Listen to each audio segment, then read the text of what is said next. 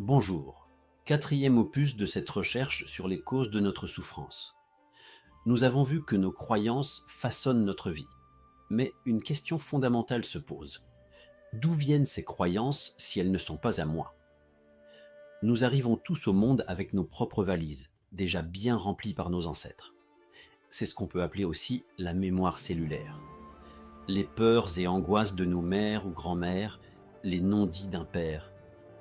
Nous croyons penser par nous-mêmes, mais nous ne faisons souvent que répéter un script écrit bien avant notre naissance. Notre environnement familial et éducatif vient ensuite poser un filtre sur nos yeux, déformant notre vision du monde. Ensuite, nous baignons dans un environnement qui est plutôt négatif pour qui s'informe par la télévision, les réseaux sociaux ou les journaux. Ce monde est plutôt anxiogène. À l'image d'un égrégore, il reflète le schéma global de pensée de la population. Nous sommes alors souvent imprégnés de peurs irrationnelles, sans fondement réel, mais qui nous amènent à mal réagir ou nous tromper à chaque décision importante. La médecine symbolique m'a également appris que les lieux et les objets portent des mémoires.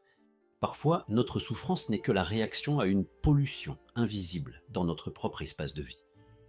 Enfin, il y a le poids de la norme. Accepter de ne pas être comme les autres, la loyauté envers son clan, sa famille, ses amis, son époux, son épouse, peuvent devenir des chaînes, niant parfois qui nous sommes. Car aussi étrange que cela puisse paraître, il faut parfois s'autoriser le courage d'accepter le bonheur. Vous le voyez, énormément de choses peuvent perturber notre existence. Mais un élément essentiel doit apparaître à nos yeux malgré tout. C'est que cette charge n'est pas là pour nous accabler. Tout ceci a une raison d'être. Nous sommes venus traiter, un à un, tous ces dossiers qui bloquent notre champ de vision.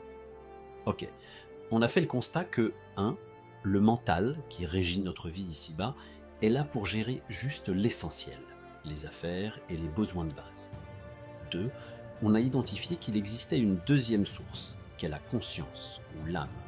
Elle est chargée d'observer tout ce mouvement du mental et discerne si l'action est juste ou non.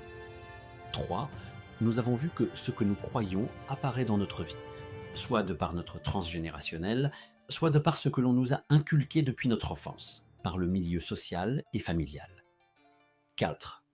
Notre pouvoir de discernement en passant par l'âme, qui a le pouvoir d'une part de constater ce qui se passe, et d'autre part d'accepter la situation, voire de changer de comportement, en court-circuitant parfois le mental.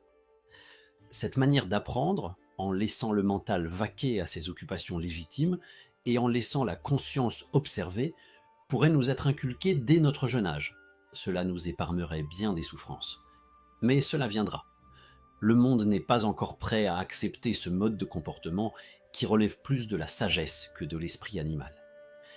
J'ai essayé de résumer au mieux ce fonctionnement qui nous touchera tous un jour ou l'autre. Prenez le temps d'intégrer ces informations.